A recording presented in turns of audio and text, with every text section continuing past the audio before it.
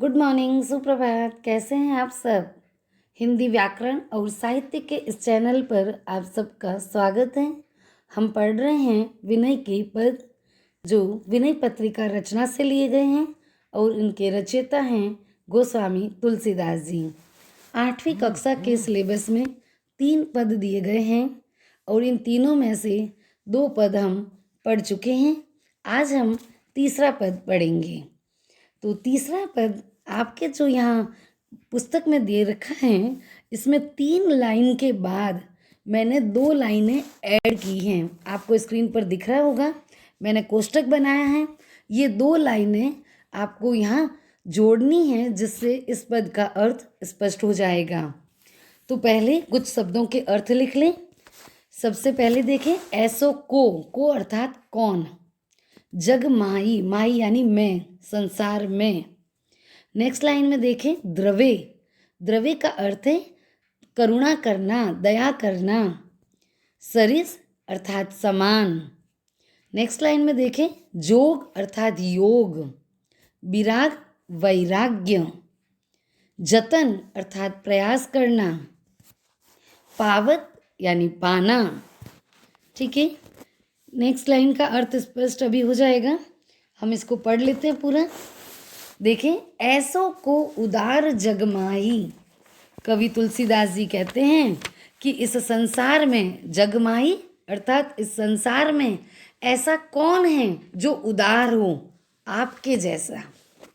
किस अर्थ में? अगली लाइन में कहा है, बिनु सेवा जो द्रवे, बिना सेवा करवाए ही जो द्रवित हो जाता है, करुणा करता है। किस पर? दीन पर, गरीबों पर। राम सरिस कोई नाई, राम के समान और कोई नहीं है। अर्थात श्री राम बहुत ही उदार प्रवृत्ति के हैं, जो अपने सेवकों पर दया करते हैं। श्री राम के अलावा इस संसार में और ऐसा कोई नहीं है जो इस तरह की उदारता दिखाएं। जो गति जोग विराग जतन करी। जो गति अर्थात वो परम गति, परम मोक्ष धाम, अनेक योग करने वाले, वैराग्य को धारण करने वाले, अनेक प्रयास करने पर भी नहीं पावत मुनि ज्ञानी। अनेक मुनि और ज्ञानी अनेक प्रयास करते हैं, फिर भी उस परम गति मोक्ष को प्राप्त नहीं कर पाते हैं।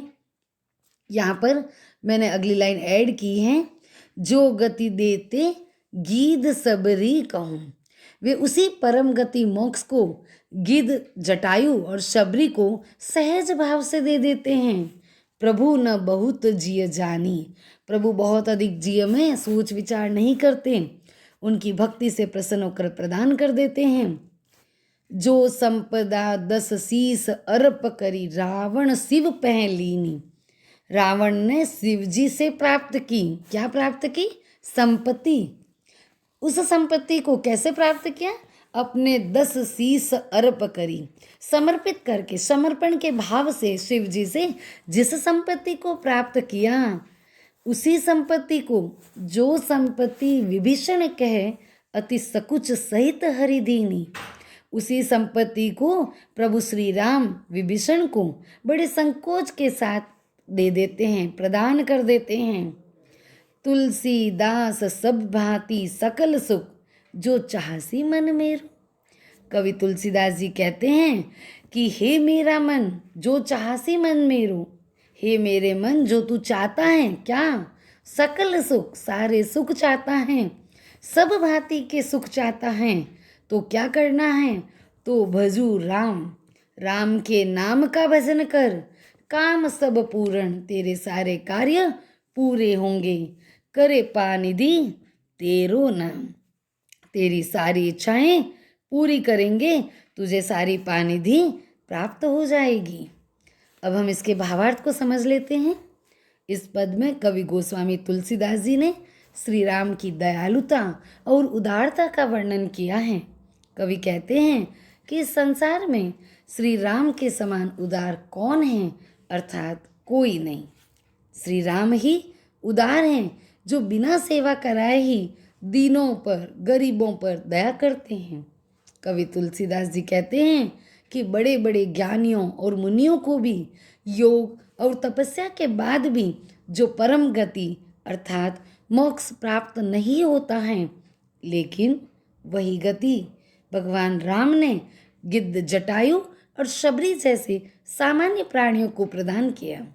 जिस संपत्ति वैभव को पाने के लिए रावण ने अपने 10 सिर भगवान शिव को अर्पण कर दिए थे, वही संपत्ति श्री राम ने बड़े ही संकोच के साथ विभीषण को दे दी। कवि कहते हैं कि हे मेरे मन, जो तू सब प्रकार के सुख चाहता है तो श्री राम का भजन कर, वे कृपालु है, इसलिए तेरी सारी इच्छाएं पूरी करेंगे। धन्यवाद।